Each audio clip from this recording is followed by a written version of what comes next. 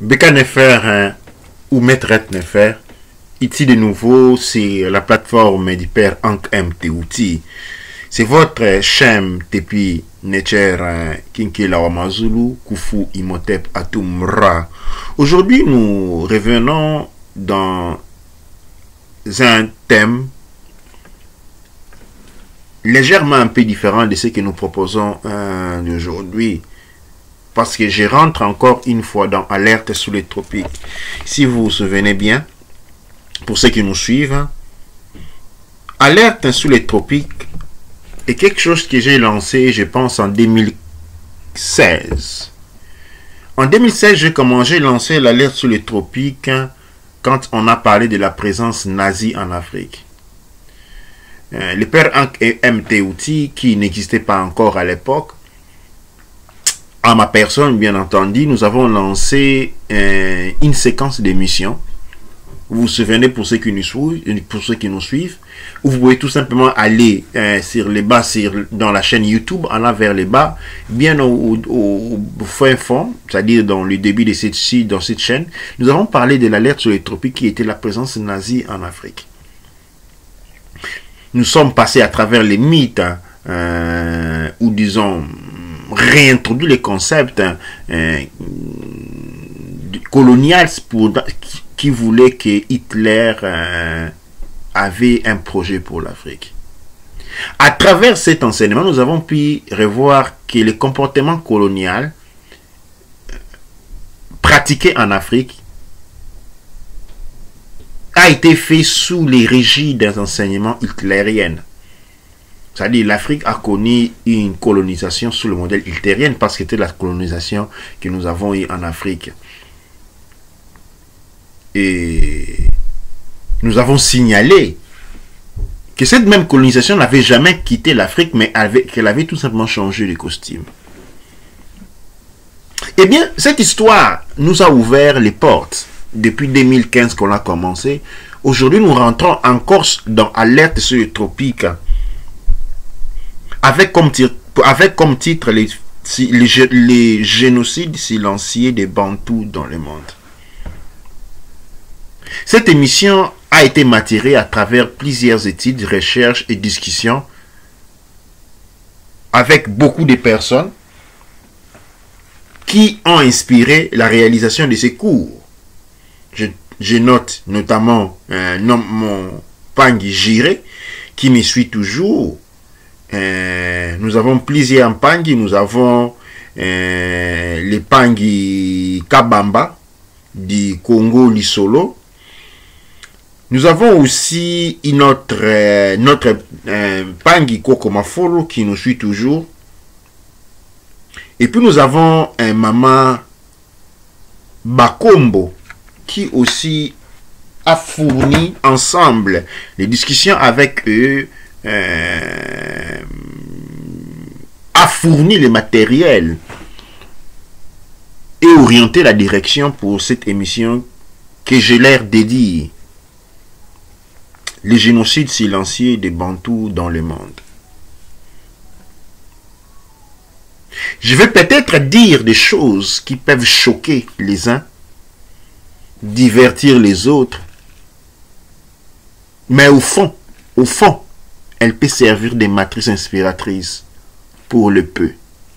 Comme l'on dit toujours, nombreux sont ceux qui ont reçu l'appel et très peu sont le nombre de ceux qui répondent à cet appel. Nous sommes aujourd'hui devant les génocides des Bantous. Quand nous parlons de l'Afrique noire, nous devons considérer le peuple bantou qui est la souche, comme nous l'enseignons Bakombo, la souche initiale. Je vais passer à renseigner certains éléments historiques dus de l'anthropologie et de l'archéologie qui ont fourni des dates et des enseignements orientés bien spécifiques. Mais je vais partir d'un point. Ce que nous observons aujourd'hui, nous observons un génocide silencieux partout où vous allez. En Guinée-Pakwana, vous allez dans l'Afrique centrale, vous allez en Amérique,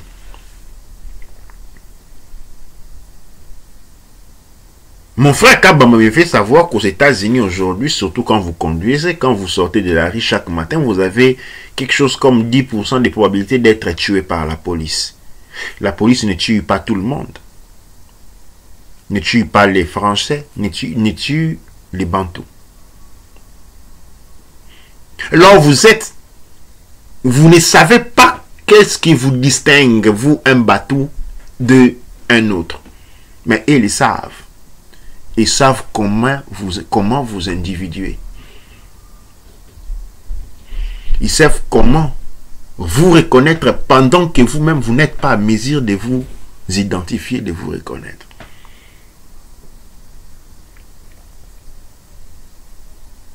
En Italie, partout en Europe, partout dans le monde, nous avons, où nous observons une accélération. Vous n'avez qu'à ouvrir les pages et rubriques pour voir le nombre de morts bantous.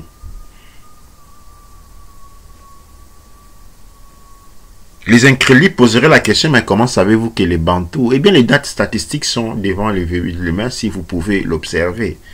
Les morts par cancer en Europe, la population la plus élevée est la population noire. Et quand nous allons démographiquement observer et étudier pour savoir ces noirs sont en provenance de quelle région, nous allons voir qu'ils sont tous provenant de l'Afrique centrale. Les Bantous ne vivent seulement pas en Afrique centrale, nous avons les Bantous en Afrique du Sud. Nous avons des groupes de Bantous dispersés un peu partout dans le monde. Nous avons des Bantous au Japon. Nous avons des Bantous dans les montagnes de l'Inde et du Pakistan. Ce qu'on appelle aujourd'hui les Dravidiens. Ce sont des Bantous. Vous avez des Bantous en Amérique du Sud, dans le Brésil, dans l'Haïti, dans le Venezuela. Vous avez des Bantous en Irak, vous avez des Bantous en Irak, vous avez des Bantous en Afghanistan. Je ne suis pas en train de parler des Bantous immigrés, je suis en train de parler des Bantous qui ont toujours vécu sur ces territoires-là. Parce que le territoire Bantou n'est pas l'Afrique centrale. L'Afrique centrale, c'est un territoire de repliement. Nous nous sommes repliés en Afrique centrale. Mais le Bantou est un grand peuple dont les origines se trouvent beaucoup plus loin du territoire appelé aujourd'hui l'Afrique. Eh bien, les Bantous sont les premiers habitants des territoires appelés aujourd'hui l'Inde et le Pakistan et le Moyen-Orient. C'est seulement après attaque monstrueuse du peuple bantou autour de 4500 que les Bantous vont évacuer ces territoires et vont se diviser en deux parties. Une partie va aller vers le nord et intégrer ce que nous appelons les Amériques du Nord. Pardon, les Amériques du Sud. Et une autre partie va descendre, continuer à descendre, aller vers le sud de Kemet et pour aller habiter l'Afrique centrale, à penser par Kemet.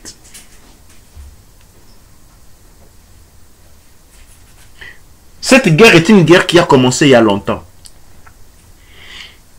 Dans l'Inde sur les tropiques, aujourd'hui, nous parlons du génocide silencieux des Bantous dans le monde, mais c'est quelque chose qui date de très longtemps. Et aujourd'hui, je vais m'hasarder à donner une explication à cela. C'est une explication qui ne plaira pas à nombreux, mais la vérité reste la vérité, même si vous ne la reconnaissez pas, même si vous la méconnaissez, même si vous la refusez. La vérité ne dépend pas d'une opinion. La vérité, en fait, n'est pas une opinion, est un fait. Il est nécessaire que nous, peuples bantous, comprenions que nous avons un prédateur. Le prédateur, il a un nom que beaucoup individus sous le nombre du peuple khazar. Allons voir les origines de ces peuples.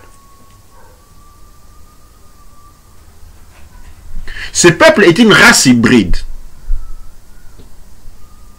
qui naît et proliférée dans ce qu'on appelle les Gardes Eden,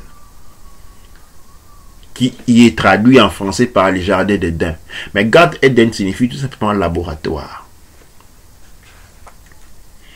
Si vous voulez avoir plus d'informations sur cet horizon-là, vous consultez les documents écrits des professeurs, un des professeurs italiens, le nom me reviendra plus tard, qui lui s'occupe de l'argument en profondeur. Mauro Bellini. Mauro Bellini est le professeur dont je parle. La Bible nous parle d'une création. Je sais que beaucoup aiment attribuer l'origine de la Bible en Afrique, mais il faut savoir que l'Afrique raconte la Bible raconte des histoires africaines, mais la Bible n'est pas un document africain. Parce que la Bible, c'est un document fait en mettant... C'est un document fait en mettant, en collant, découpant et en recollant diverses histoires, au point où elle a complètement perdu son sens. Le peuple qu'on décrit dans la Bible, c'est un peuple qui, bien entendu, naît dans le Garde Éden, dans un jardin. Mais ça, ce n'est pas le début du monde. Plutôt, moi, je dirais le début de la fin du monde. Les ancêtres bantous sont les Homo sapiens qui ont commencé depuis les Homo erectus. À l'époque où l'humanité était en train de grandir, nous avons eu besoin d'être appuyés, d'être aidés par les frères aînés de l'humanité. Les frères aînés de l'humanité sont venus et nous ont appris aux ancêtres de nos ancêtres l'agriculture, l'écriture, les arts plastiques, les techniques, la technologie, la spiritualité, l'agriculture, la menuiserie, ainsi de suite. À une époque successive, arrivent des mondes lointains, parce que nos ancêtres, nos aînés en termes évolutifs, sont sortis de l'histoire de Cyrus, les Renépètes. À une époque qui vient beaucoup plus après, de la constellation d'Andromède, disons le dos de l'antilope, arrive un autre peuple venu d'une autre constellation de notre monde, c'est-à-dire, essayons d'imaginer le monde comme une ligne temporelle, et voyons, quand on parle dans les voyages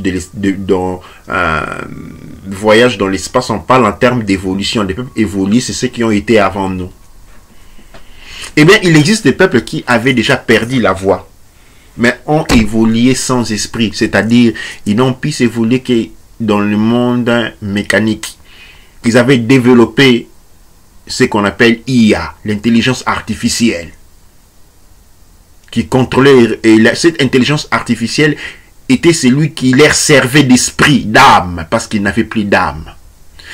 Cette intelligence artificielle, c'est ce que nous voyons aujourd'hui investi dans tout ce que nous appelons l'appareil électronique. IA est l'intelligence internationale, disons, une intelligence créée, une forme d'esprit artificiel. Nous pouvons l'appeler en termes d'esprit artificiel, qui dominait ce monde, qui donnait la vocation. IA, l'esprit artificiel, est exactement APEP. Parce que nous devons comprendre que dans la conception kémétique, nous avons la conscience qui est Aussar, l'inconscience qui est APEP, l'état de la non-existence est APEP. Eh bien, ces peuples qui avaient évolué, ces peuples vont débarquer sur terre et vont commencer une guerre avec ces peuples qui étaient venus nous apprendre à évoluer. Seulement le peuple qui était venu nous apprendre à évoluer était une civilisation qui ne s'était pas développée dans la guerre, dans l'armement. Et donc, ils ont décidé de quitter notre plan d'existence et se sont enfoncés dans les profondeurs de la terre, d'où la notion n'est plus tard de celui que les diables habitent dans les profondeurs de la terre. En arrêt, ils ne nous ont pas laissé sans rien. Ils nous ont laissé la mélanine. La mélanine était cette barrière protective qui nous protégeait. Les nouveaux, les méchants frères, les méchants aînés arrivaient, ils avaient pour idée celui de dominer le monde. Et ces méchants frères, la particularité des sept veut qu'ils soient des peaux très blancs, très blancs. Très blancs au point d'être albinos, on appelle les grands blancs.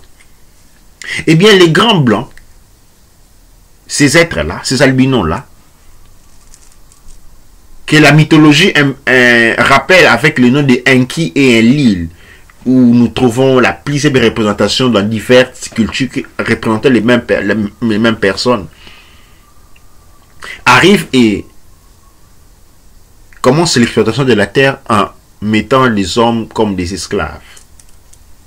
Dans un premier temps, ils n'étaient intéressés qu'à l'exploitation de l'or. Mais dans un second temps, vu à la difficulté à vivre avec nous, parce qu'en réalité, la mélanine les contaminait. Dès qu'ils étaient en contact avec la mélanine, ils tombaient malades. C'est pourquoi vous voyez, par exemple, dans l'Ancien Testament, on vu que pour s'approcher de Yahweh, il fallait être habillé de soie. Or, les soie est reconnu scientifiquement pour être un isolant. Pourquoi? Parce qu'être en contact avec nous, nous les contaminions. Alors, c'est pas que nous les contaminions. N'étant pas de cet écosystème, eh bien, notre écosystème, ayant pour arme de défense la mélanine, les agressait. Plusieurs contacts avaient été essayés, mais cela n'avait pas abouti à de bons résultats.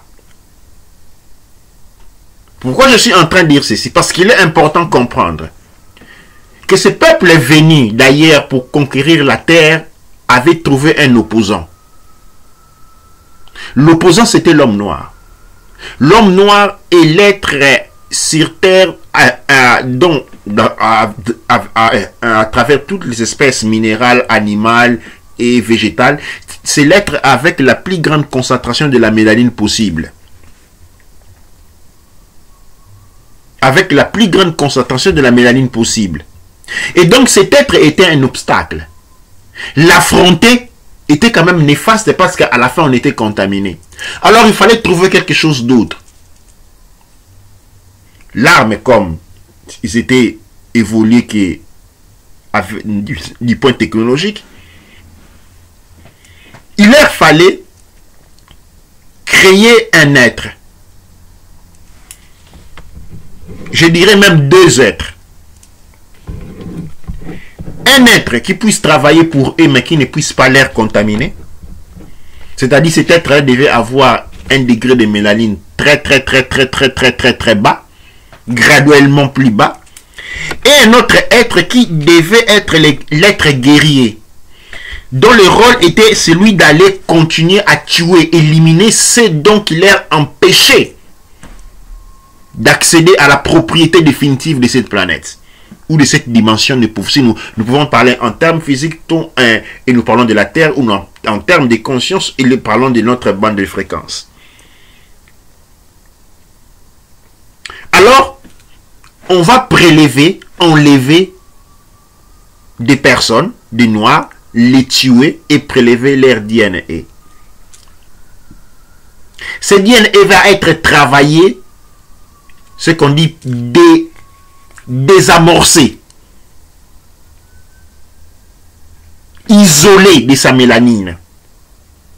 Parce qu'il ne s'agit pas de purifier, mais isoler la mélanine, isoler l'élément dangereux, diminuer la dose. Et sur un temps très long, ces actes d'expérience vont être conduits jusqu'à créer ce qu'on appelle les grands blancs. C'est de ces grands blancs qu'est né ce qu'on appelle la famille Khazar, ce qu'on appelle les Khazars. Il existe beaucoup plus de détails sur ces opérations qui sont beaucoup plus techniques. Et peut-être il est nécessaire de les donner. Et donc je vais essayer d'aller un peu plus en profondeur. L'être créé génétiquement, c'est-à-dire après avoir purifié génétiquement l'être, vous allez vous rendre compte que on ne crée pas un corps d'un coup, on crée une matière à laquelle, avec de la technologie, techniquement, on introduit le dynième et ce corps prend vie dans un incubateur. Petit à petit, certaines fonctions sont animées, comme les mouvements moteurs, le système nerveux est animé, le système respiratoire se développe dans un incubateur, dans une couveuse. Ils sont avec des processus très accélérés pour permettre à cet être de parcourir plus de 50 millions d'années d'évolution dans très peu de temps. Mais cet être développé ne parle pas. Il ne manifeste pas l'intelligence. C'est ce que nous appelons l'homme des Néandertaliens. Il vit dans les grottes.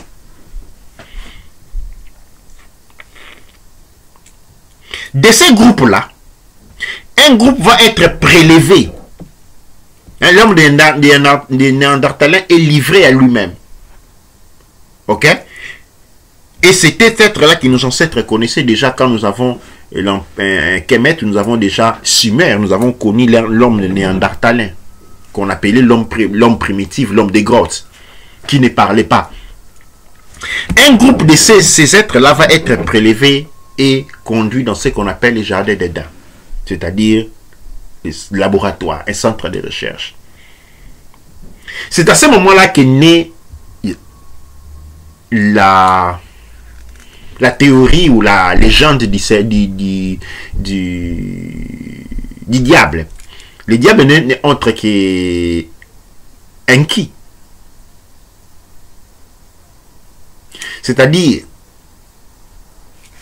les deux frères vont avoir à discuter sur le futur de ces êtres qu'on a livrés. Les grands frères n'étaient pas très pour. Selon lui, il fallait éliminer tous ces autres-là parce que ces êtres créés ne se reproduisaient pas.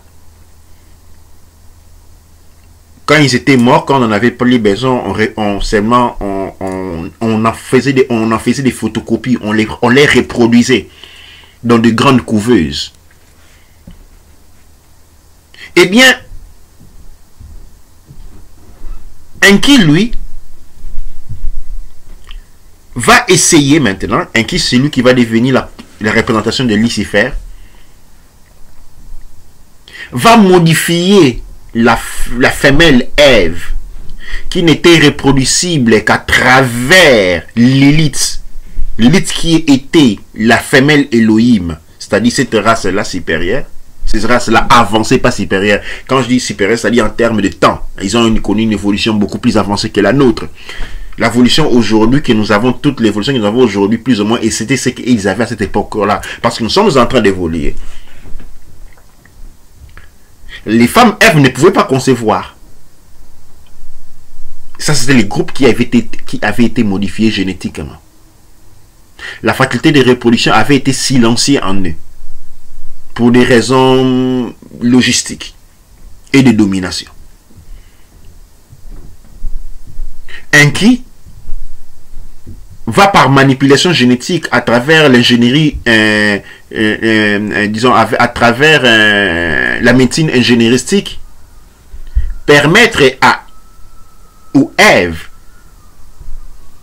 de pouvoir concevoir.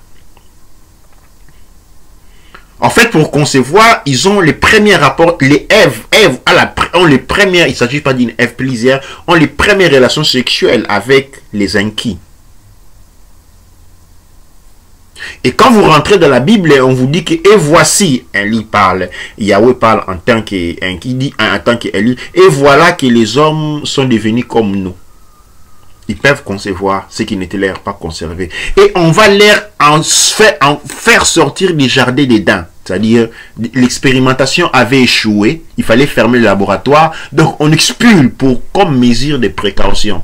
Parce que maintenant qu'ils savaient qu'ils pouvaient se reproduire, s'ils apprenaient aussi l'intelligence à fabriquer les moteurs comme nous le faisons, nous sommes égaux. L'accélération était très élevée sur la ligne des temps. Mais ils vont sortir en portant avec eux les premiers enfants, les premières générations dont on appelle la descendance du serpent, c'est-à-dire les fils des Enki. Après, on va voir la descendance adamite qui sont maintenant ces groupes-là, retirés du premier groupe qui avait été manipulé génétiquement, fait évoluer génétiquement dans des couveuses.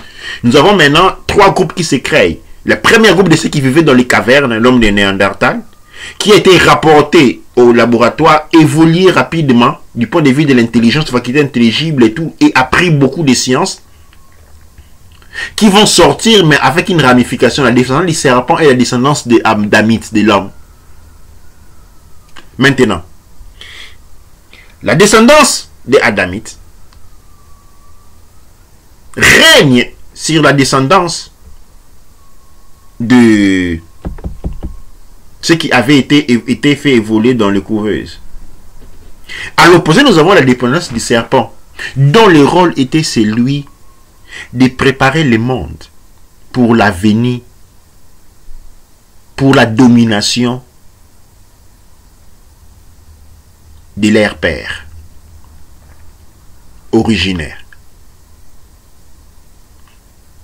Et cette préparation passe à travers une épiration de 7 éléments, à travers une épiration, une destruction de 7 éléments qui empêchaient cette présence, cette domination internationale.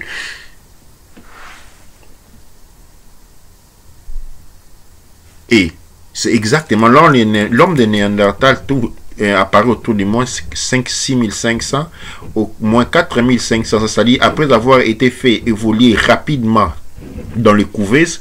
Dans 2000 ans, la guerre contre les Noirs commence, les génocides des Noirs commencent en Pakistan, dans les terres appelées aujourd'hui Turkestan, en Inde. Elle a porté à la division des 2 groupes de Bantous, une qui est allée vers les Amériques du Sud, l'autre qui a continué à descendre, se retrouve en Afrique centrale.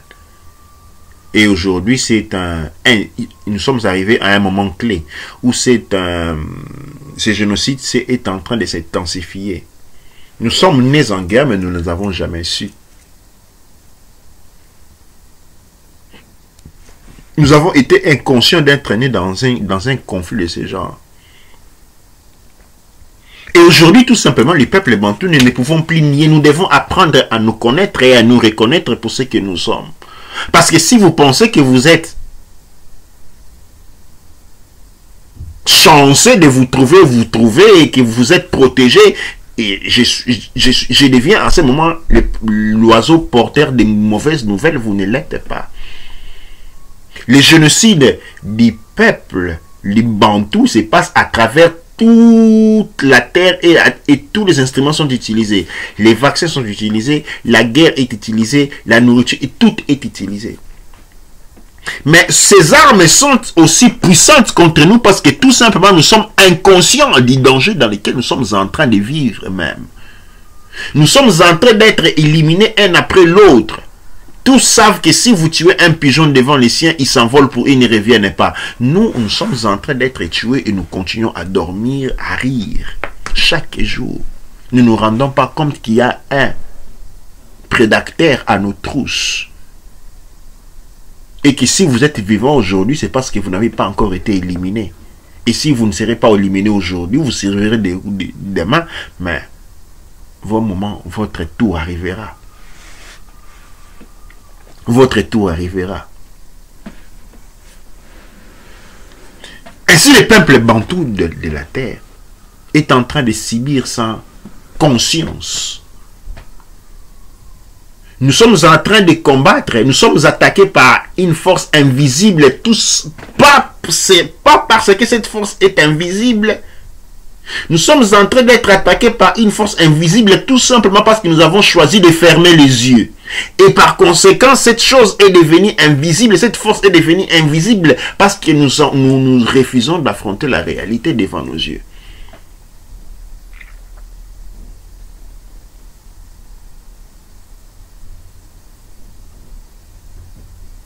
Quelles sont les solutions, me demandons les uns. Mais la seule solution, c'est de prendre conscience. du danger dans lequel nous vivons. La pauvreté est en train de frapper le monde bantou comme rien. En Haïti, la pauvreté est en train d'augmenter. Au nouveau Pakwana, on est en train de couper la tête aux Bantous. Au 22e siècle, 21e siècle. Quand il y a un peu de trouble au Soudan, ça passe par toutes les informations. Des dizaines, des centaines de personnes sont tuées au Congo chaque jour. C'est comme si on était en train de garder des dessins animés. En fait, personne ne meurt en réalité. Comme on dit, un dessin animé ne peut pas mourir.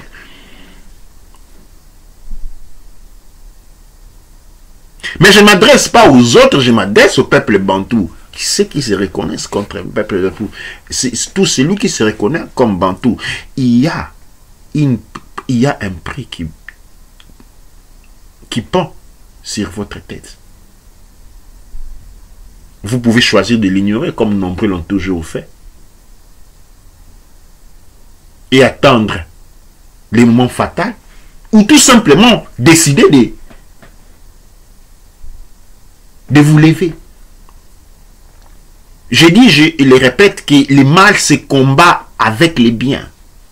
L'obscurité se bat avec la lumière. Nous devons apporter la lumière c'est la connaissance. Nous devons devenir des renégades. Nous devons prendre conscience. Chacun de nous est un combattant dans un moment de guerre. Tout enfant qui est en état d'âge prend une arme. À part les vieillards et les nourrissons, toute personne en âge de combattre prend une arme et va mourir pour sauver les futurs.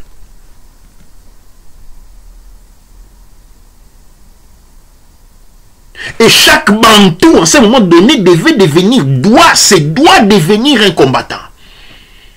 Tout bantou en état d'âge doit devenir un combattant et s'élever, informer les autres, prendre conscience du danger. Un danger que nous nous sommes attirés nous-mêmes par notre insouciance et inconscience.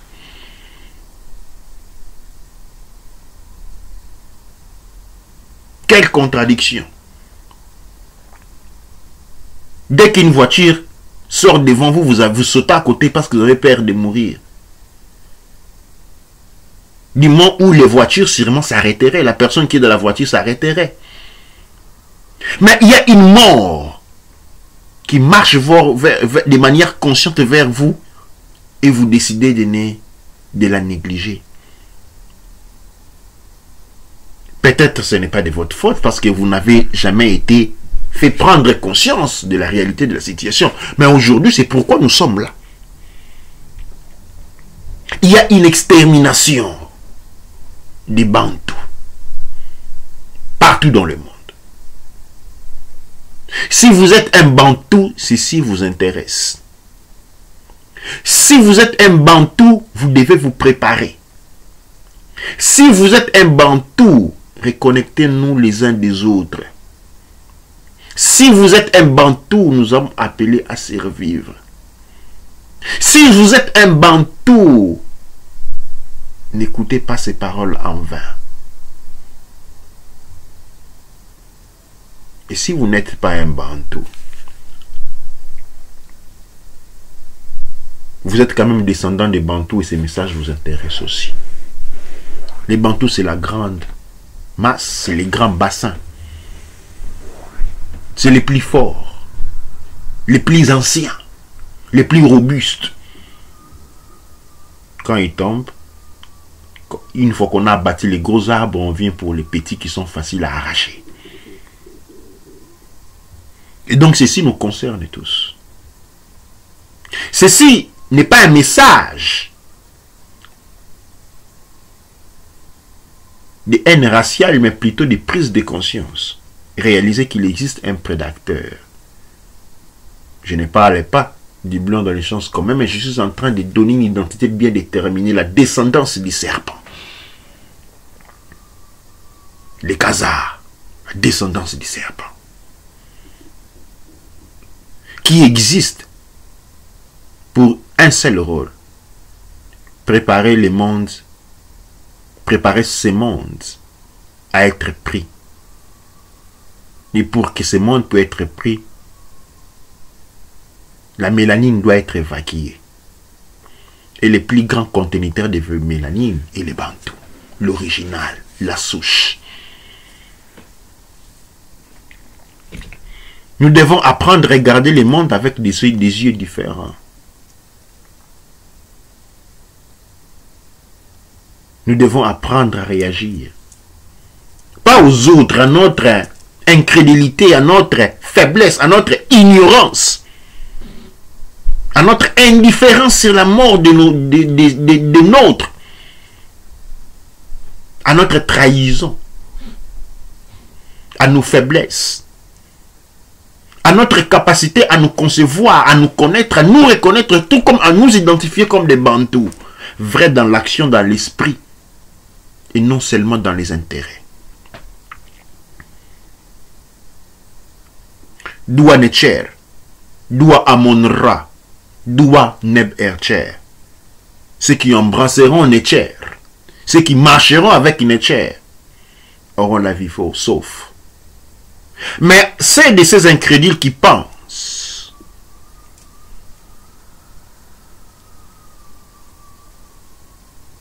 qu'il n'y a pas de danger, que la vie procède par ce qu'ils voient. Eh bien, je ne sais pas quoi leur dire. Mais je sais que les Bantous est un peuple intelligent. Les Bantous est un peuple à ne pas être sous-estimé. Et c'est à ces Bantous-là que je m'adresse. C'est à ces Bantous-là que je dis, levez-vous, l'air est grave. Alerte sous les tropiques. Alerte sous les tropiques. Préparons-nous. Ouvrons nos yeux. Ouvrez les yeux de vos parents, de vos amis, de vos proches.